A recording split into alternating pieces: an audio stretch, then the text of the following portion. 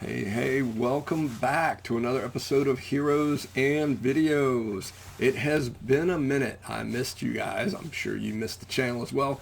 Have been out a little bit under the weather, but am back and have been to the local comic shop some while I was away and have all kinds of cool comics to show you. Stick around to the end of the video. I bought one of the oldest comics that I have in my collection, and that's saying something because I've got some old books out there. But yeah, I'm really excited to show you that, as well as Frank Miller's first work for Marvel. And it's not what I thought it was. So would love for you to hit like. If you want to wait to the end to hit like, I appreciate that. So at least you can see if you like the content or not. Subscribe to the channel, notifications, all that wonderful stuff. With no further ado, let's get right into it. The first couple of books I picked up recently, this was at Free Comic Book Day, and often they'll have old comics out for less, and picked up a couple of interesting old books in some in one of the cheap boxes, if you will. This is called Tales of the Bean World. This is from mid 80s. I had seen this before somewhere, and it's just weird. It's published twice a year, it says. It's black and white. It's fairly rudimentary art. I mean, you can kind of get an idea for that at the beginning, on the cover. But it is Tales of the Bean World, a most peculiar comic book experience, and it really was. I don't know much more I can say about it than that.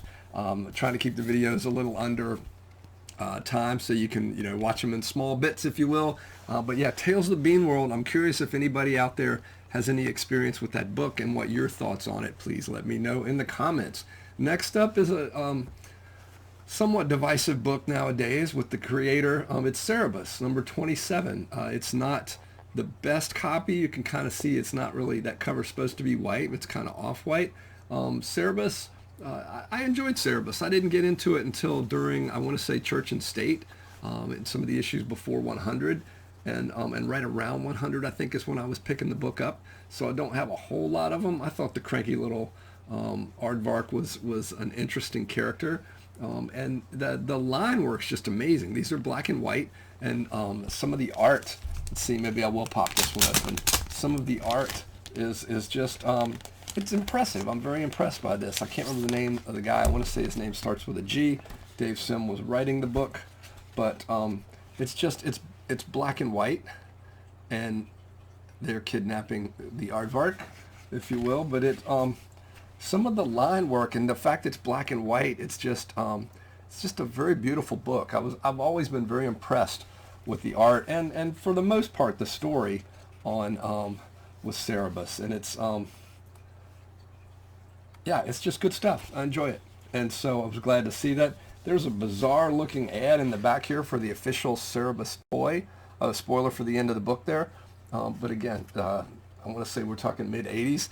That's a very odd looking Cerebus, and I wouldn't say he's entirely accurate.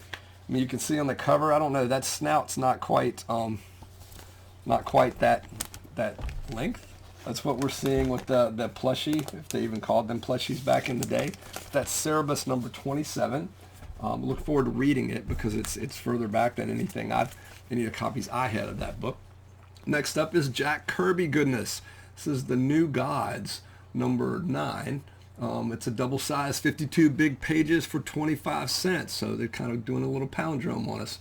But it's the first appearance of the Bug. We thought this guy was kind of cool. I was a big fan of Bug in the Micronauts, and I just like this character, the concept. This the Forager, I think, is what he's called in the book, and it's double-sided, and there's an interesting. It says extra here. Manhunter meets the Lady and the Tiger. It's the Manhunters that in DC lore were kind of retconned into being the precursor for the Green Lantern Corps.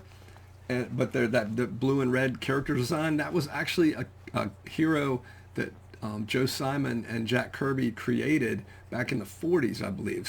The same duo that created Captain America. And the backup story in this is a reprint from Joe Kirby, Jack Kirby and Joe Simon. There's a reprint of one of their stories of Manhunter from the 40s, and it's kind of cool because it's created by the same folks that brought us Captain America. Next up is one of my favorite Marvel titles when I was younger and buying books, and buying back issue books. Like back in the 70s, you know, every now and then if you found a comic shop or you found somebody that was selling or trading older books, an older book would be, you know, when you're a teen or preteen and you found a book 10 years old, that's a pretty old book, right? Almost as old as you were. This was one of my favorite series to collect as a kid, and I never got them all. I've never had this one, number 13. It only ran, I think 13 might be the last of the older issues. They did some, like a 14 and 15, I think, many, many years later. This was Marvel's parody book. Parody, P-A-R-O-D-Y, not like NFL parody. But this is not brand Eck, and it's just hilarious. I've talked about some of this in the past, or some of those other issues where they've got some great creators on the book. I know I'm breaking my own rule in terms of going in and popping these books open, but I want to share a couple of Marvel limericks that they've got in here. What did we see in terms of the art? Let's see. The headlining story is the origin of the Simple Surfer, and it's written by Roy Thomas, drawn by Marie Severin. You know, it's just really cute. It's the surfer's origin. Of course, you got Galactus in the short pants. But I'm going to read you a few of these Lilton limericks. In fact, I'm going to read you one that may vindicate my pronunciation of John Romita's name. Or Romita? I don't know. Well, we'll see here in a minute when I read you the limerick. So a couple of quick ones. A curious wild goose named Pete chanced our bonny Prince Namer to meet. So he said, "Tell me, Guy, how the heck can you fly with those dumb little wings on your feet?" But here's the Romita one. Romita. A beautiful girl named Anita has the mind of an infant mosquito. But who needs a brain? She looks like Mary Jane, so she models for Johnny Romita. Right? John Romita. Not Romita. Wait. Romita, right? Anita? Marie, Romita? Anyway. But those are just kind of cute. Here we go. My favorite. A hippie named Orville Del Franco had a bus that went clinkety-clanko. He painted the relic in style psychedelic till it looked like a page from Steranko. So it's just cool. I just thought that was kind of neat. And there's all kinds of neat stuff in here. Here's the Marvel Carnival. There's Captain Marvel next to Shazam, Captain Marvel. That may be coming up later in the pod, by the way, or in the episode. There's all kinds of Marvel characters alongside DC characters, but none of them have quite the same names as the Marvel or DC characters to prevent Marvel from not getting sued, I guess. But yeah, not brand Eck, number 13. So huge fan of that, and For Bushman as well. Next up is another double-sized book. Back in the day, Marvel Superheroes 24. This is the same book that started out as a reprint book, and then I believe Captain Marvel first appeared in number 12. There's a Enemy Ace. There's a Black Knight solo story. There's that great Doctor Doom cover. The first Marvel Superheroes 20. Guardians of the Galaxy, I think, first appeared in 19, maybe, somewhere in there. But then it started going to reprints again. I think some of Marvel's secret sauce in the late 60s was that they reprinted their books. You couldn't get books in they didn't have trade paperbacks. You couldn't often go to the back issue bins at comic shops. So they kept folks into their books by reprinting them less than 5 or 10 years from when they came out. So this one, as you can see, is, I want to say, Daredevil number 4. You'll also see there's an X-Men book in here where the Angel's trapped by Magneto. I know everybody says Magneto. Sue me. This is Heroes and Videos. We're saying Magneto because honestly, I think it sounds cooler. It's my channel. I can Magneto if I want to.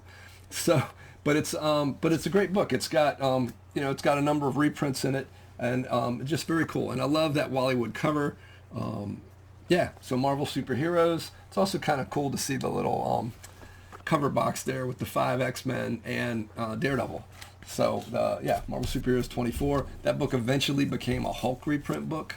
At first with Namer and Hulk when they were sharing the book. I want to say Tales to Astonish, and then became just a Hulk reprint book by the time I was picking up books. So speaking of Marvel, speaking of Captain Marvel and Marvel showing up in, or Marvel's Captain Marvel showing up in that Not Brand Act, I also picked up Shazam #1, 20 center. This is, it says right there on the cover. Look at them, taunting Marvel. The original Captain Marvel right there on the cover. It's pretty neat. Superman, I don't think appears in the book, honestly, but it's Billy Batson, say the magic word and become the world's mightiest mortal. It's funny that the M in boom is behind him, so it really just says boo. So first brand new issue. This is when DC was bringing him back. They couldn't call him Captain Marvel, so he was Shazam, and that was how most of us knew him growing up in the 70s with the TV show and all kinds of good stuff. So Shazam #1. The inside looks like it could be some reprints. Like it has that very cartoonish Fawcett kind of style to it. I don't know enough about the artist. Honestly, I don't remember the... Oh, C.C. Beck. It's right there on the cover. So C.C. Beck did the art, even though that looks very much like a Kurt Swan or Neil Adams Superman over there. I know those are two very different things. But C.C. Beck, I'm going to guess, did a lot of like old Shazam stuff. He certainly has a good style for that style book, or that type book in that issue. Next up, a couple of some Legion of Superheroes goodness. Picked up a Booster Gold #8. Booster Gold, Dan Jurgens' pet project. I enjoy Booster. If you guys remember, part of Booster's thing was he's from the future. He stole a Legion flight ring at some point. It's kind of neat because the Legion of Superheroes is in this book after him. And I always love when the Legion of Superheroes shows up. Brainiac 5, Ultra Boy, and Chameleon Boy there. It's pretty neat. It's not, it's a basic, it's a basic guest star Legion book showing up. This one I had to pick up because I've had this book at some point, but according to CLZ, it was the one that I needed to fill in my Legion run that goes from probably the 270s of this book, 260s or so of this book, up through when it started doing reprints or started switching over to where there was the direct market, higher quality, whatever they call those, Legion book that started over at #1. Wonderful Keith Giffen cover. Just loved his work. Paul Levitt's doing the writing, and Keith Giffen doing the art on the Legion of Superheroes. That was, that's just good stuff. So here we go. We're getting up to close to the Frank Miller stuff, guys, that we talked about, and that oldest comic. Picked up Captain America 266. There is a through thread here, or through line. This is Mike Zeck guest starring my favorite hero, the Amazing Spider-Man, and it's Mike Zeck doing the art. They're beating up a big robot, but this was a hole, and again, something I know I had as a kid. This was a hole in my Captain America collection right now. It was very inexpensive in some of those bins I referred to earlier, so I picked it up. Speaking of Captain America, next up is the end of the Daredevil Born Again run. Daredevil 233. Not the first appearance of Nuke, but Nuke's in it, and then you see Captain America up there. One of the things that I found interesting about this book as I was reading it or going through it, again, Frank Miller's writing at this point, Dave Mazzucchelli, is that how I say that? So I had that backwards. Mazzucchelli. I'm not sure how that CH is pronounced in Dave's name. Dave, if you're listening, let me know in the comments. But it's great because the art is just amazing. It's very much... Oh, two things really shocked me about this book. There's the scene that everybody refers to where Captain America, Thor, and Iron Man show up, and they're basically like gods. It's sort of like in Christopher Priest and Joe Jusco's run of Black Panther. There's a couple scenes where the Avengers show up, and compared to Black Panther, or in this case Daredevil, these guys are just beyond. They're on a whole different level. So they sort of face off with Daredevil and say, hey, turn Nuke over to us, basically, because he's a government creation. But the thing I found interesting, there's a page in here, I don't remember this from when I first read the book, there's a page in here where Daredevil grabs a gun off of Nuke, like it slugs him with it and basically puts him out of commission. And then he grabs the gun. See if I can show you guys this over here on this page. He grabs the gun There we go. He grabs the gun, and over here he says, "No more," and then he blows up this helicopter, and he says in the panel there at the bottom, he says, "Forgive me." I mean, I don't remember Daredevil killing anybody, right? There's that great scene with Bullseye where at the end of the Miller run, the first Miller run, at the end of the first Miller run, he drops Bullseye off, I believe that's how it happens, but, and then Bullseye lives through that, but that's a case of where he just straight up blew up a dude in a helicopter, which I found interesting. The other scene is, or the other thing that I thought was interesting, is it has to do with secret identities, I guess. And Matt, at this point, this is way back. This is, what are we talking here? 1988? 1980... Yeah, it's either 1986 or 1988. I'm going to guess based on when the first Miller run was out. This is 1988. But there's a page where Matt basically can tell from heartbeat and all that kind of stuff that there's a superhuman. There's somebody on the roof of his building. And he goes up, and he's a little surprised to see that it's Captain America. Now, what's interesting to me is Captain America is having this conversation with Matt, not Daredevil. So he knows... because Matt's, jumped up the fire escape to go talk to him. So he says, and actually Captain America even calls him Daredevil. Says, "Daredevil, I mean you no harm."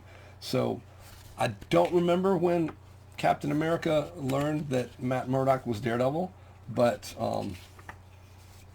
he knew. So I found that very interesting. And then of course this is the end of it. Wraps up the Born Again storyline. It's just just really good stuff. Just a really good ending to a really great story, and it doesn't match up with what's on TV now. The Daredevil Born Again season 2 wrapped up. I hope everybody saw it. I really enjoyed it. Watch it. It's good. No spoilers here. We may do that at some point. And also check out the Punisher on the Punisher special because that's obviously worth seeing as well. No spoiler here, but somebody figured out, hey, maybe the Punisher would work well as a John Wick vehicle, and it works. So next up, Daredevil. I was already taking this out of the plastic. Daredevil 147. I always for some reason, I can't imagine why, think this is a Bullseye issue. Looking at that cover, I don't know what could give me that idea, but it's not. It's a Kilgrave issue. Kilgrave, the Purple Man, is the villain in this. What's awesome about it, Jim Shooter wrote this book. Gil Kane is the artist, and Klaus Janson, or Klaus Janssen, I have to ask him if I see him in Charlotte here in a month or so. It's just a beautiful book, and it makes me wonder, based on what we're going to talk about here in just a moment, if Frank Miller didn't get a lot of his style from Gil Kane. Because as I'm looking at some of these shots, as I'm looking at some of these poses, it looks a lot like, I really had to double check to make sure Frank Miller didn't do this book, though I guess Kilgrave's knows there's going to give it away.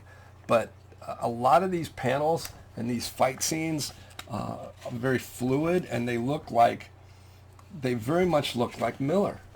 It looks like Miller. And maybe some of that's the fact that Janssen did the inks on so much of that Miller stuff, and then drew it towards the end.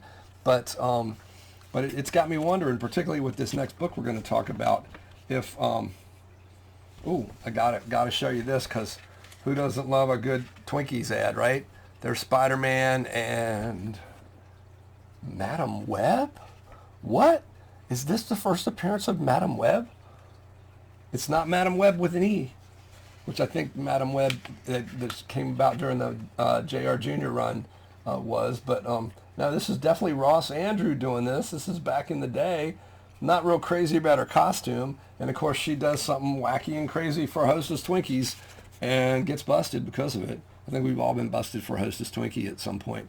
But this is 1977. So way before Madam Web. Ooh, how about that? So can put that in the keynotes, right? First appearance of the original Madam Web, Twinkie burglar, right? Is that a thing? There's got to be a better phrase of that. But it's great art. It's a great book. I think Kane even did this cover. I can't tell, they didn't sign it, but yeah. So it's kind of a precursor to the Frank Miller stuff, but really neat. Speaking of Frank Miller, which we were, Frank Miller's first work for Marvel is John Carter, Warlord of Mars, number 18. Now, I remember having this as a kid, too. I don't know if I was still buying the book at this point, but I had to pick this one up because I really liked, in terms of reading those, the paperbacks and all that, the Edgar Rice Burroughs, John Carter, Warlord of Mars. I always thought Tars Tarkas was pretty cool. Like the guy, I can't even think of what they're called, from Barsoom, some of the inhabitants there. This is a solo Tars Tarkas battle, though Dejah Thoris and some of the other characters are in it. This is Frank Miller's first work at Marvel, and picked it up for almost nothing because honestly it doesn't look like Miller's art. So check this out. The only things in here, the other side note, it's written by Chris Claremont. So how cool is that? Chris Claremont wrote it. Frank Miller, guest penciler, drew it. Bob McLeod, that did, I think he did the first New Mutants and whatnot. He does the inks, and you can kind of see it because the faces look more like his stuff. And I'm guessing Frank did the art on most of those ladies. He did the ink on most of those ladies there because, how do I put this? They look a little softer or rounder than most of the ladies that Frank would draw, but like that face shot there, very much the inker as opposed to looking like a true Frank Miller thing. There's only a couple things in here to me that look like Frank, where these two guys are falling off up here, over here. That's very much a Frank Miller, a couple of people flying through space pose. And then there's a shot where somebody hits the pavement, and the way it's shattered looks very Frank-like, or very Miller-esque. There we go. Right here opposite Spider-Man, so this right down on this panel at the bottom there. But yeah, I thought that was kind of cool. Picked up for a song, Frank Miller's first Marvel work. It's pretty neat. So it makes me wonder, though, between that and the Gil Kane issue we were looking at earlier, if Frank wasn't, when he came on the Daredevil, trying to draw in a Gil Kane style, which then obviously became his own. I would say he perfected that, and made it his own, along with those Klaus Janson inks, to give us what we got in those incredible Daredevil issues. So just thought that was kind of cool because it doesn't look like the Frank we know from that. It's not even like the Frank Miller doing Daredevil and Spider-Man in that Peter Parker or Spectacular Spider-Man 26, I think. So yeah, I thought that was kind of cool. First Frank Miller Marvel art, and it's written by Chris Claremont. Now, just picked up one of the oldest books in my collection. It's in terrible shape, but I didn't care because it was only a couple bucks. This is Challengers of the Unknown number 6. Again, in terrible shape. It's not falling apart. Like I can take it in and out of the bag and stuff's not falling apart on it. I think we've all seen books like that. But it's Challenger of the Unknown number 6. It's Jack Kirby doing the art. It's just very cool. There's a couple of different stories in there. It's just bizarre. It's crazy stuff in this one.